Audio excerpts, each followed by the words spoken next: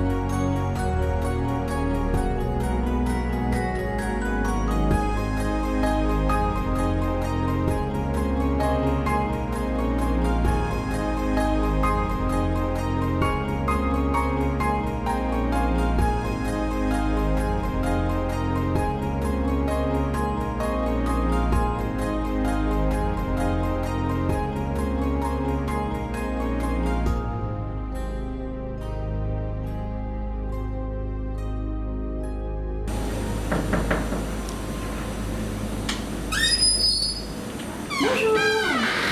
Alors, enchantée, je m'appelle Aurélie et je voulais avoir quelques petits renseignements sur le LABEX Clairvolc dont vous êtes le directeur. Je suis Pierre Chanou, le directeur du LABEX Clairvolc, et vous m'avez posé la question de ce que c'est qu'un LABEX. Oui. Alors, il faut savoir que LABEX, c'est l'acronyme pour Laboratoire d'Excellence, et en fait, les LABEX sont les résultats d'un appel d'offres national tiré des investissements d'avenir qui avait vocation à identifier et en fait à financer un certain nombre de laboratoires pour qu'ils deviennent en fait des meilleurs laboratoires du monde dans leur discipline, qui puissent attirer en fait des chercheurs étrangers et qui puissent aussi effectuer de la recherche et de la formation de très haut niveau. Il y a eu donc cet appel d'offres en 2010 et l'Auvergne a eu 3 LABEX, dont le LABEX Clairvolc.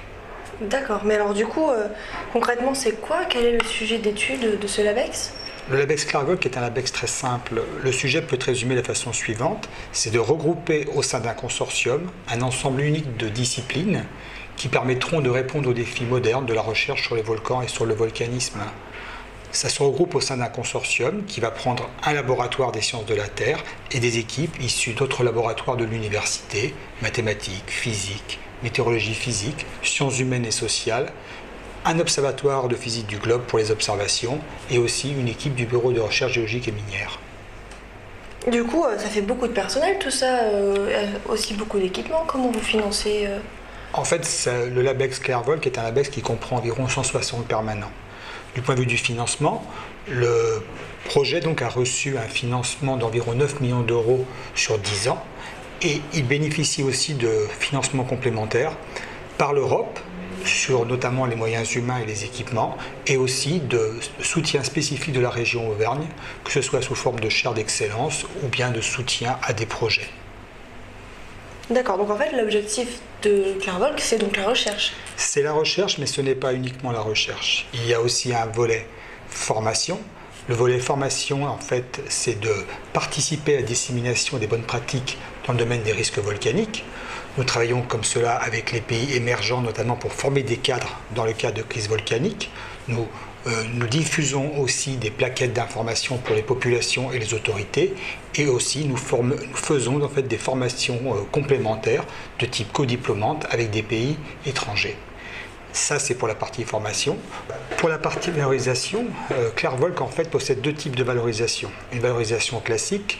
Un certain nombre de dispositifs de développement technologique sont mis à disposition en fait des compagnies locales et nous travaillons aussi avec des compagnies qui sont intéressées par les problèmes liés au volcan. Je pense notamment aux compagnies qui créent les moteurs d'avion.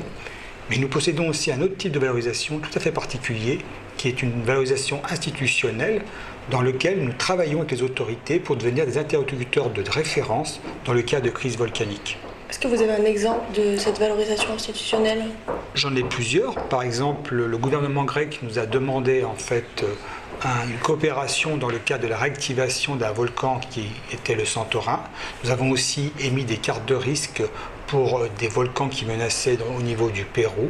Ainsi, lorsque le volcan islandais au nom imprononçable a eu une éruption dans les années 2010, nous étions en charge du suivi et de la mesure instantanée, toute la journée, des cendres émises par le panache lors de son passage au-dessus de la France. Et donc du coup, vous n'avez pas parlé de la recherche, comment elle s'organise au sein du LABEX?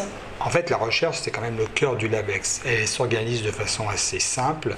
Nous travaillons sous la forme de 7 programmes coordonnés de recherche et le coordinateur de l'ensemble de ces programmes s'appelle Team Druid. Team Druid, d'accord. Je vais le voir tout de suite. Merci beaucoup. Ouais.